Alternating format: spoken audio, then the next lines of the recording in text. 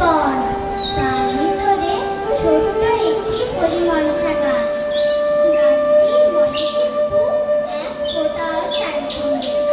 আশেপাশে গাছ দেখ সুন্দর সুন্দর পাতা, যতই সে দেখে রাগে দুঃখে মন তার রিরি করে ওঠে। কি বিচ্ছিরি আর চুচুলো পাতা তার, ভাবে সে সবসময় কেঁদে কেঁদে আফসোস করে। ছি ছি ছি, এমন বরাত, পাতা সব যেন ভরাট, সরাত সরাত শব্দেতে জ্বালা ধরে। বর্ষার পলক খোঁচা দেয় রক্তর ঝলক, পলক পলক মনটা কেমন করে।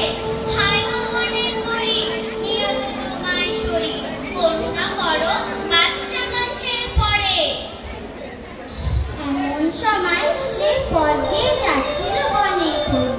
ওর কান্না শুনে থমকে দাঁড়ালো সে, জিজ্ঞেস করলো,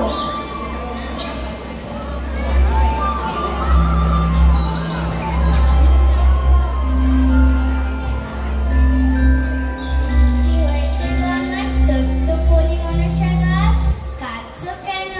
তুমি এসেছো বনের পরি, তোমার পায়ে পড়ি, আমার এই মিটি মিছি পাতাগুলো তুমি পাল্টে দাও। পাতা পাল্টাতে চাও? বেশ, কিরকম পাতা চাও তুমি বলো। আমায় তুমি খুব সুন্দর সোনার পাতা করে দাও। সোনার পাতা? বেশ, তথাস্তু।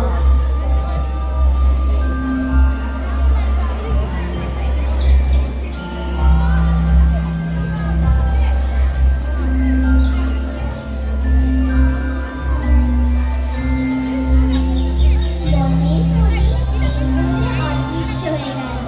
আর কি আশ্চর্য, সেই মুহূর্তে বাচ্চা পরিমনসা গাছে কাটামোড়া পাতা মিলিয়ে গিয়ে সেখানে গজিয়ে উঠল অজস্র ঝলমলে সোনার পাতা। বাচ্চা গাছটি তো মহা খুশি, আনন্দে ডাকময়। এমন সময় সেখানে এসে উপস্থিত হলো জবা ফুল গোজা বাবলি বলা একদল ডাকা।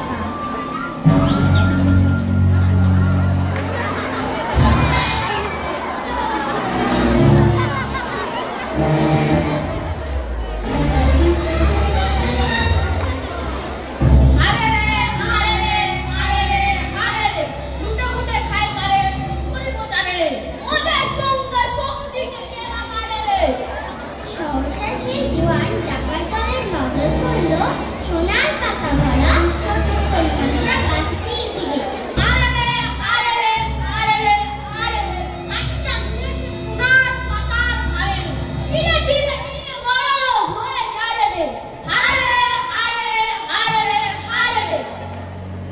বলতে দেরি আছে, পৃথিবীতে দেরি নেই। নিমেষ মধ্যে ডাকাতেরা সব সোনার পাতা নিয়ে পটলা বেঁধে ওকে একবারে নাড়া করে রেখে গেল। আর তক্ষুনি কান্নায় ভেঙে পড়ল ছোট্ট পরিমনসা গাছ।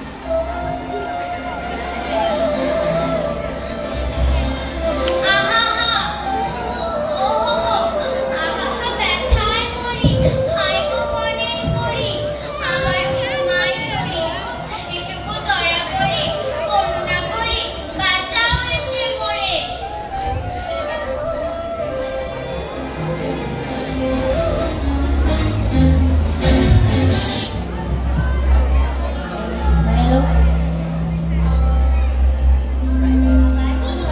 তোমার ছোট্ট মেয়ে, দেখো দেখো বনের পরি, যে দেখো ডাকাত দল আমার কি হাল করে রেখে গেছে, সোনার পাতা আর চাই না। তাহলে তুমি কি চাও? আমায় তুমি গাছের পাতা দাও। গাছের পাতা? বেশ, তথাস্তু।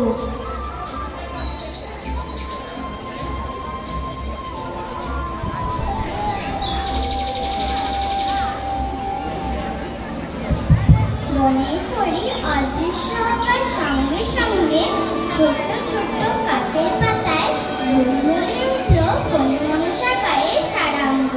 সেই গাছের পাতার উপর সূর্যের কিরণ পড়ে রামধনু রং ঝিকিমিকি হতে লাগলো। মৃদু মৃদু বাতাসের দোলা লেগে সুমধুর টুংটাং শব্দ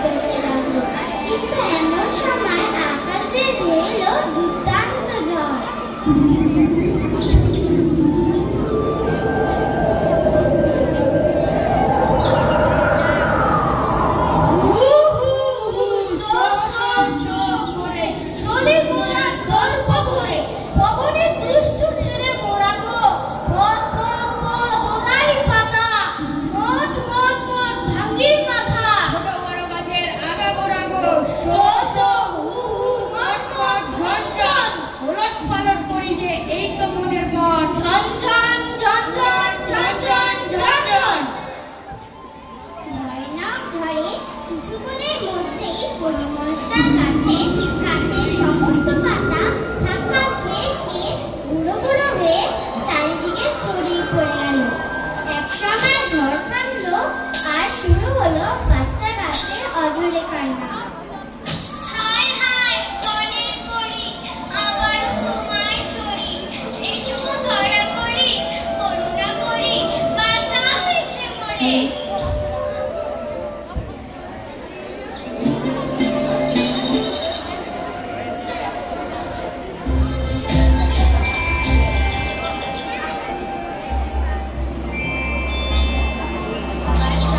কেন গো আমার ছোট্ট মেয়ে, যে দেখো কি সর্বনাশ হয়েছে আমার। আজ ভাত আর চাই না, এবারে তুমি আমায় পালক শাকের মতো সবুজ কচি সুন্দর পাতা দাও। বেশ, তথাস্তু।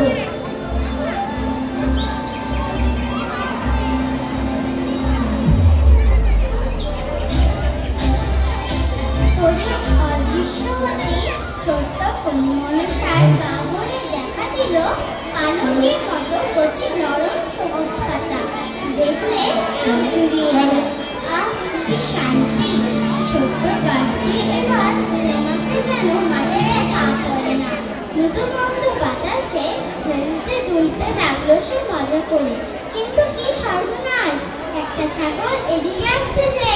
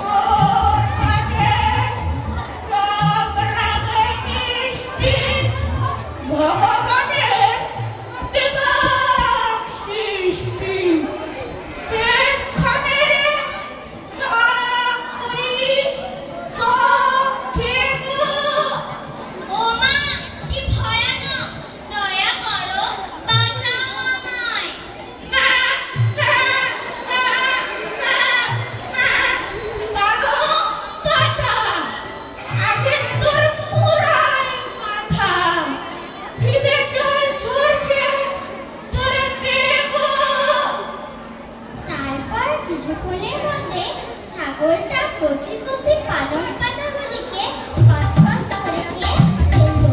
অবশেষে ছাগল চলে গেল। কোথায় গো বনের পরি, আবারও তোমায় সরি, ঘাট হয়েছে কানে দড়ি, করুণা করি, বাঁচাও এসে মরে।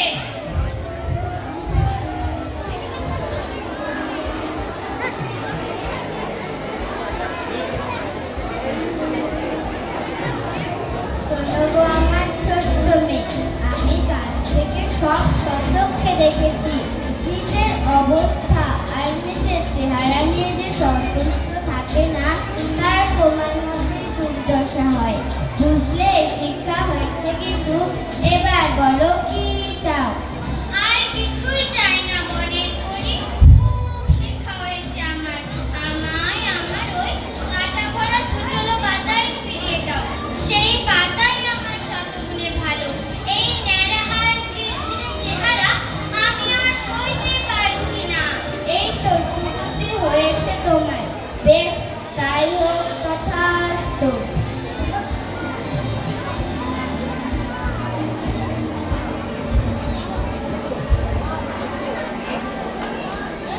দেখতে দেখতে ফণিমনসার গায়ে তার নিচে রসভরা মোটা পাতা হয়ে গেল। আর কখনো সে নিচে বাইনাক্কা করেনি। ধন্যবাদ। আপনারা দেখুন শিশুদের অভিনীত বিজু চট্টোপাধ্যায় লেখা নাটক ফণিমনসা ও বনের পরি। অক্লান্ত পরিশ্রম করে ওরা এই নাটকটা তৈরি করেছে। নাটকে সূত্রধার মৌমধু। নমস্কার। ফণিমনসা যিনি সেজেছেন শ্রেয়া সিংহ। নমস্কার। শ্রেয়া সিংহের জন্য জোরে হাততালি। আমাদের বনের পরী দীপশিখা সিংহ, নমস্কার। ডাকাত দল শিবম ও সুজিত, নমস্কার। ঝড় প্রণব ও সরস, নমস্কার। সবশেষে ছাগলের ভূমিকায় অভিনয় করেছে শিবম। শিবমকে আবার জোরে হাততালি একটা।